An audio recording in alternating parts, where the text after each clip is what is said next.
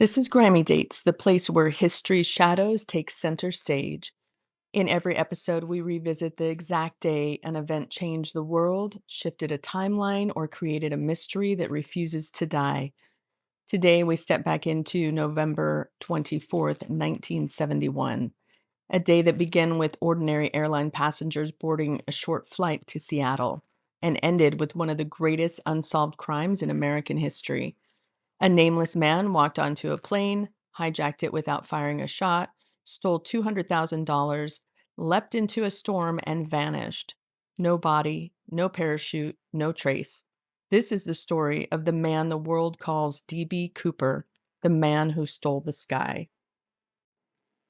On the afternoon of November 24th, a man walked up to the ticket counter at Portland International Airport and purchased a one-way ticket to Seattle on Northwest Orient Flight 305. He was described as in his mid-40s, dressed neatly, carrying nothing suspicious. He boarded the plane calmly and took his seat toward the back.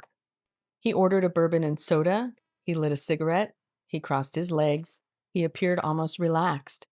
But just after takeoff, he handed flight attendant Florence Schaffner a note.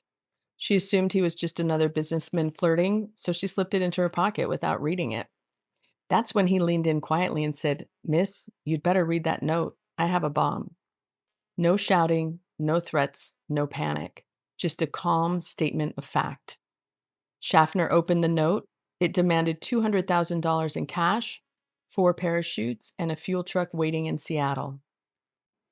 When she sat beside him, he opened the briefcase just enough for her to see red cylinders, wires, and what looked like a detonation device.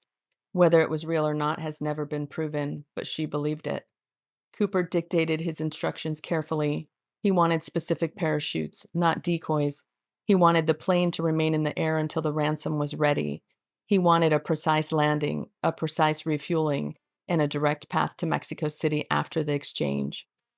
The crew notified the FAA notified the FBI, and remarkably, everyone agreed almost immediately to cooperate.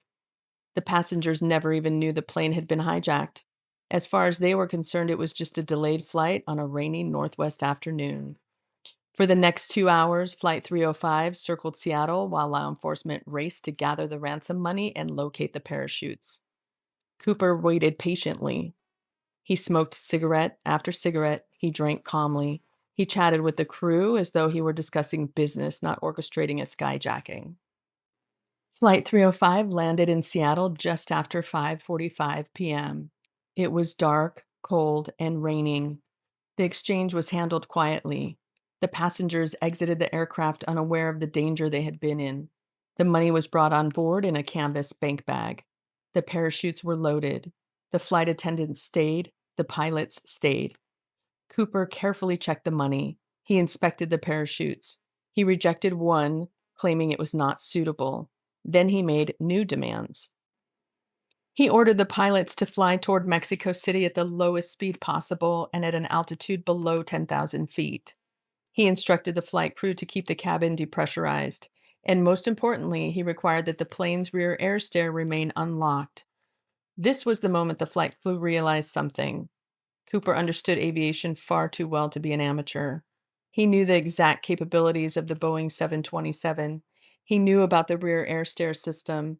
He knew it could be lowered mid-flight. He knew a parachutist could jump from it. Someone had prepared for this. The plane took off again just after 7:30 p.m. The night outside was brutal. Strong winds, cold rain, clouds thick as smoke. Cooper ordered the flight attendant to join the others in the cockpit and close the curtain. He was now alone in the cabin with the money and the parachutes. At approximately 8 p.m., the cockpit received a warning light indicating the rear air stair had been activated. The pilot shouted back to check on Cooper, but he never responded. At 8:13 p.m., the aircraft jolted violently. The nose pitched upward slightly as if weight had suddenly shifted. That moment is believed to be when D.B. Cooper jumped. He leapt into freezing rain, hurricane-level winds, and total darkness. He carried a heavy bag of cash strapped to his body. He wore loafers and a business suit. He had no helmet, no goggles, no modern gear. If he survived, it would have been almost superhuman. After landing, the FBI launched one of the largest searches in their history. They scoured the forests of Washington state, the river valleys, the mountainous terrain, the logging roads, the fields, and every square mile where he could have landed. They found nothing. Not a parachute, not clothing, not the briefcase, not the money, not a body. Cooper had vanished. If he hadn't had made it, his remains should have been found eventually. If he survived, there should have been footprints, gear, or sightings. But there was nothing. For 9 years, the case went cold. In February 1980, a family camping along the Columbia River near Tena Bar discovered something buried in the sand: three bundles of decayed $20 bills. They were confirmed to be part of Cooper's ransom. This discovery deepened the mystery. Tena Bar was miles from the FBI's calculated drop zone. The bills showed signs consistent with being buried, not scattered by water. Some experts believe someone placed them there intentionally, but no other bills have ever surfaced in circulation. Over the decades, dozens of suspects have been proposed. One was Richard McCoy, who performed a nearly identical skyjacking months later, but differences in appearance and method leave doubt. Another was Kenneth Christensen, a former flight attendant who lived quietly in the Northwest and spent money oddly, but no physical evidence connects him. There was also Robert Rackstraw, a charismatic veteran with survival training and a history of deception. Though he remained a popular candidate, the FBI publicly dismissed him. Even more unusual suspects emerged, such as a transgender pilot named Barbara Dayton, who claims she disguised herself as a man to execute the hijacking. Her friends believed her story, most experts did not.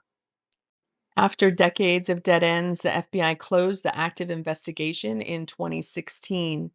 The official cause: a lack of credible leads. But unofficially, theories still rage. Did Cooper survive? Did he drown in the darkness? Did he make it to land and quietly rebuild a new life? Or was he someone the FBI never even considered? Some believe he was an experienced military parachutist. Others say he was a civilian who got extraordinarily lucky. Others insist he died minutes after jumping. But without a body, without the parachutes, without the money, no one can say for sure. Unlike most criminals, Cooper showed no cruelty. He never harmed the crew. He never hurt the passengers. He was polite, calm, even respectful. He paid his drink tab. He tipped the flight attendant a handful of cigarettes. He thanked people for their cooperation. He seemed less like a criminal and more like a man completing a personal mission. And then he vanished.